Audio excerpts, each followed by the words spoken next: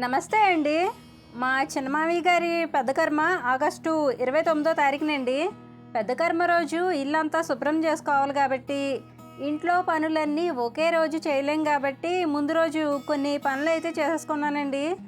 అయితే శవం శివం అంటారు కదండి.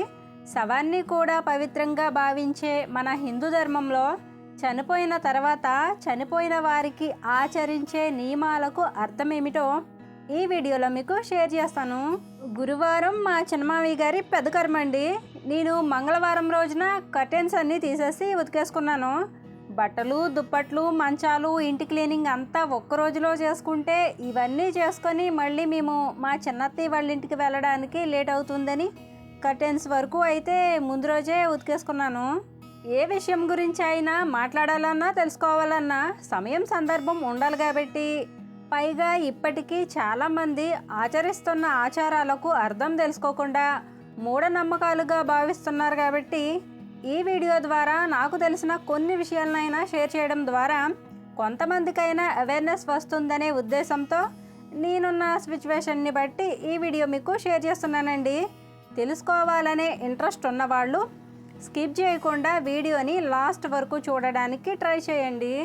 ముఖ్యంగా ఈ వీడియో ఎవరికైనా మైలు వస్తే వాళ్ళని ముట్టుకుంటే మహాపాపం అంటుకుంటుందేమో, కీడు తగులుతుందేమో, ఇంకేదైనా జరిగిపోతుందేమోనని భయపడిపోయి అప్పటి వరకు మాట్లాడిన వాళ్ళు సడన్గా మాట్లాడడం కూడా మానేస్తారు. చనిపోయిన వారి జ్ఞాపకార్థంగా ఏదో ఒక వస్తువుని ఇస్తూ ఉంటారు కదండి, దాన్ని ఇంటికి తెచ్చుకొని వాడుకోవడానికి కూడా భయపడిపోతూ ఉంటారు. అలాంటి వారి కోసమే స్పెషల్గా ఈ వీడియో. చాలామంది ఏం చేస్తారంటే పెద్ద కర్మ రోజు కానీ సంవత్సరకం నాడు కానీ భోజనానికి పిలిచిన తినడం ఇష్టం లేక ఏదో ఒక వంక చెప్పి రావడం మానేస్తారు. అన్నం పరబ్రహ్మ స్వరూపం. అందుకే ఎలాంటి కార్యక్రమాలకైనా నలుగురిని పిలిచి భోజనం పెడితే వాళ్ళ ఆకలి తీరి పుణ్యం వస్తుందని అనేక రకాలుగా అన్నదానాలు చేస్తూ ఉంటారు.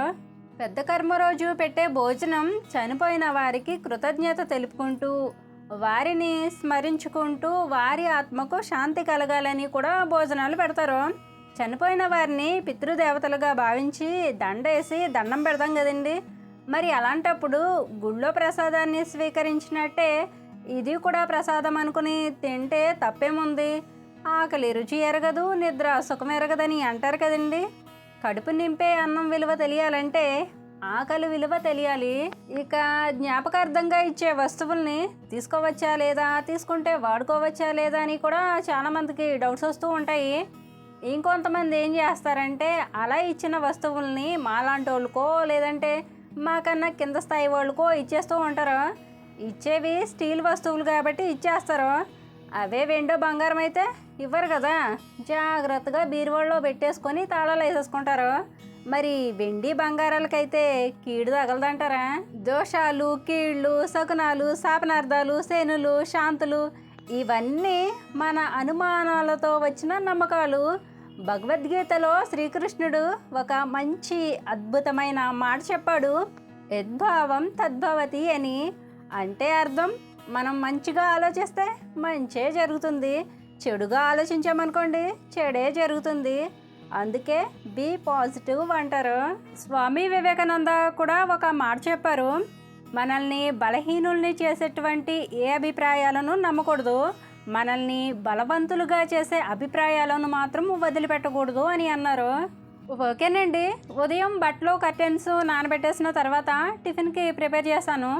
సండే పిండి రుబ్బాను కదండి, ఆ పిండే కొంచెం ఉంటే ఆ పిండిలో క్యారెట్ తురుము వేసేసి అట్లు వేసాను. చట్నీ ఏమో పల్లీ చట్నీ చేశాను. తర్వాత అత్తయ్యకి టీ పెట్టించేసి సిరికి జడలు వేసేసాను. సిరికి జడలు వేసే టైంలో పొయ్యి మీద పెనం పెట్టి నానిని అట్లు వేయమని చెప్పాను. అట్లు లాంటివి వేసినప్పుడు సిరి, నాని కూడా అట్లు వేయడం హెల్ప్ చేస్తారండి. వాళ్ళకి ఫస్ట్ చూపించాను అట్లు ఎలా వేయాలో, నేర్చుకున్న తర్వాతే వాళ్ళకి వేయమని చెప్పాను. పిల్లలు టిఫిన్ తినేసి స్కూల్కి వెళ్ళిపోయిన తర్వాత నేను కూడా టిఫిన్ తినేసి వంటకి కూడా ప్రిపేర్ చేసేసాను. ఇందాక కర్టెన్స్ తీసేటప్పుడు దోమతెరలో తీయడం మర్చిపోయానండి. తర్వాత అవి కూడా తీసేసి నీట్గా జాడించేశాను. అయితే ఆ రోజు వంట చేయడానికి చారు, ఫ్రై కోసం గోరుచిక్కుడుకాయలు పొయ్యి మీద పెట్టి రైస్ కోసం బియ్యం కడిగి ఉంచుకొని ఫస్ట్ కర్టెన్స్ దోమతెరలు జాడించేసి ఆరేసేసాను. గోరుచిక్కుడుకాయలు ఫ్రై చేద్దామని ఫస్ట్ వాటిని కొంతసేపు వాటర్లో ఉడకబెట్టాను.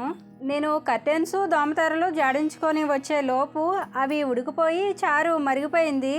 చారు తాలింపు పెట్టేసి గోరుచిక్కుడుకాయలు ఫ్రై చేసేసి రైస్ కూడా వండేసి వంట చేసేసాను.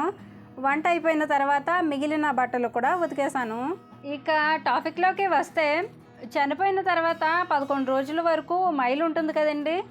ఆ టైంలో మైలు ఉన్న వాళ్ళని, అంటరాని వాళ్ళను చూసినట్టు చూసేవాళ్ళను నేను నా జీవితంలో చూశానండి.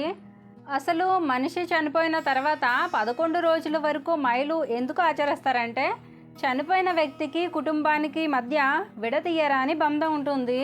అందువల్ల చనిపోయినప్పుడు రోదిస్తూ వారిని తాకుతూ బాధపడుతూ ఉంటారు కాబట్టి, చనిపోయిన వ్యక్తి శరీరం డీకంపోజ్ అవుతూ ఉంటుంది కాబట్టి, ఆ టైంలో చనిపోయిన వ్యక్తి శరీరానికి సంబంధించిన బ్యాక్టీరియా మనకి కూడా స్ప్రెడ్ అయ్యే ఛాన్స్ ఉంటుంది.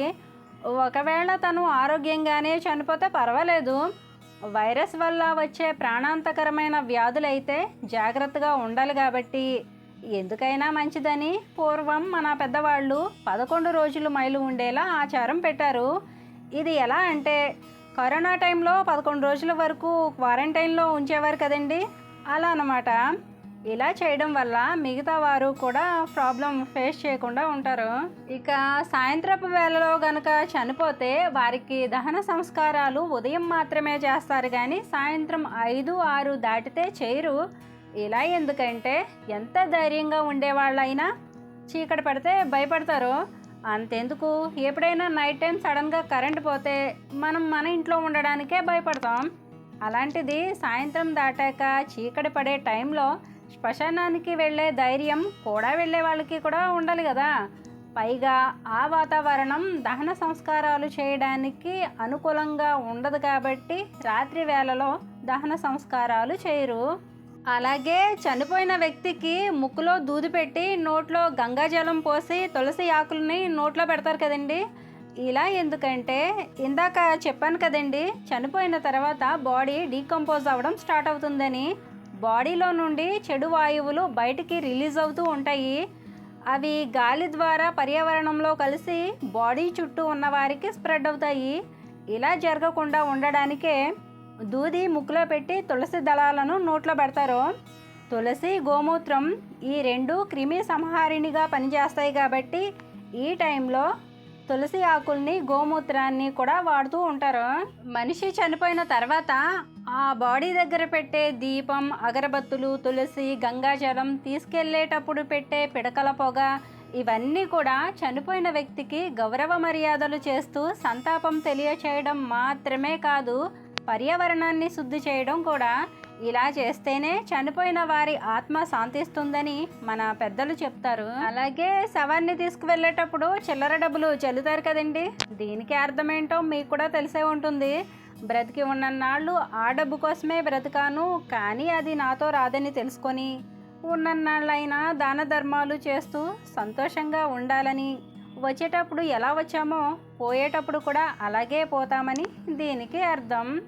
ఇక చివరిగా కుటుంబ సభ్యులంతా కలిసి శివాలయంలో నిద్రించాలని చెప్తారు కదండి. ఇలా ఎందుకు చెప్తారంటే, అప్పటి వరకు కుటుంబంతో కలిసి ఉన్న వ్యక్తి సడన్గా దూరం అయ్యేసరికి వాళ్ళు లేరనే బాధను తట్టుకోలేక పుట్టెడు దుఃఖంతో ఉంటారు కాబట్టి, అలాంటి టైంలో శివాలయంలో నిద్రిస్తే దేవాలయంలో ఉన్న ప్రశాంతమైన వాతావరణం వల్ల మానసికంగా కొంచెం దుఃఖం తగ్గి అన్నింటికీ ఆ భగవంతుడే ఉన్నాడు, అన్నీ ఆయనే చూసుకుంటాడనే ధైర్యం వస్తుందని శివాలయంలో నిద్రించాలి అంటారు. మన హిందూ ధర్మంలో మరణం కూడా ఎంత పవిత్రమైందో గరుడ పురాణం ద్వారా తెలిసేలా ఒక పురాణమే ఉందంటే మన సనాతన ధర్మం ఎంత గొప్పదో అర్థమవుతుంది. నేను మీకు సైంటిఫిక్ రీజన్స్ మాత్రమే చెప్పానండి, కానీ ఆధ్యాత్మికంగా మరణం గురించి ఇంకా ఎన్నో విషయాలు గరుడ పురాణంలో ఉంటాయి. నమ్మకాలు ఉండొచ్చు కానీ గుడ్డి నమ్మకాలు మాత్రం ఉండకూడదు. ఉంటే అవే భయాలుగా మారి మూఢనమ్మకాలుగా మారుతాయి. మనకి తెలిసిన వాళ్ళు, కావాల్సిన వాళ్ళు ఎవరైనా చనిపోతే వాళ్ళకి ధైర్యాన్ని కలిగించే మాటల్ని మాత్రమే వారి దగ్గర మాట్లాడాలి. ఒకప్పుడు మన పెద్దవాళ్ళు ఓ మాట అనేవారు, చదవకముందు కాకరకాయ అంటే చదువుకున్నాక కేకరకాయ అన్నాడట అని. కాలం మారే కొద్దీ చదువుకున్న వాళ్ళు కూడా శాస్త్రం చెప్పే అసలైన పరమార్థం ఏంటో తెలుసుకోకుండా లేనిపోని భయాలు పెట్టేసుకోవడం వల్ల చాదస్తాలు కూడా ఇంకా ఎక్కువైపోతున్నాయి. గరికపాటి గారి ప్రవచనాల్లో ఓసారి నేను మాట విన్నాను, అభిషేకాలు చేయకపోయినా పర్వాలేదు కానీ అపాయం మాత్రం చేయకూడదని. నిజమే కదండి. నోములు చేస్తాం, వ్రతాలు చేస్తాం, అభిషేకాలు చేస్తాం, బ్రహ్మోత్సవాలు చేస్తాం, దీక్షలు చేస్తాం, మొక్కుబడులు చెల్లిస్తాం, అన్నీ చేస్తాం. కానీ ఒక మనిషిగా మనం ఎలా బ్రతకాలో అది మాత్రం చెయ్యం. మానవ సేవే మాధవ సేవ అని అంటారు. కానీ ఇది 100 మందిలో ఒక్కరు మాత్రమే ఫాలో అవుతారు.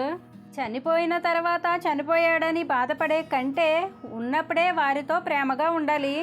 బ్రతికి ఉండగా చూసేవాళ్ళు ఉన్నారు, చూడని వాళ్ళు ఉన్నారు. తెలుసో తెలియకో మనం చేసిన తప్పుల్ని క్షమించమని చనిపోయిన వారికి పితృకర్మలు జరిపిస్తాం.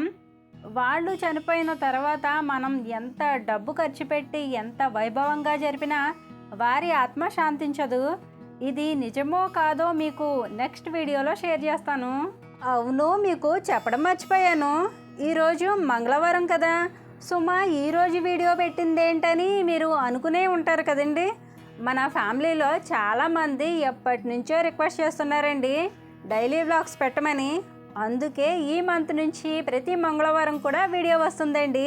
టైం కూడా ఉదయం 7 గంటలకే. ఓకేనండి. ఈ వీడియోలో మరణం తర్వాత చేసే కార్యక్రమాలకి అర్థం ఏమిటో ఎంతో కొంత అర్థమయ్యేలా చెప్పానని అనుకుంటున్నాను. మరి నేను సరిగా చెప్పానో లేదో మీ అమూల్యమైన అభిప్రాయాలను కామెంట్ చేసి, మీకు ఈ వీడియో నచ్చితే తప్పకుండా లైక్ చేయండి. మరో మంచి వీడియోతో మళ్ళీ వస్తాను. ఉంటానండి. నమస్తే.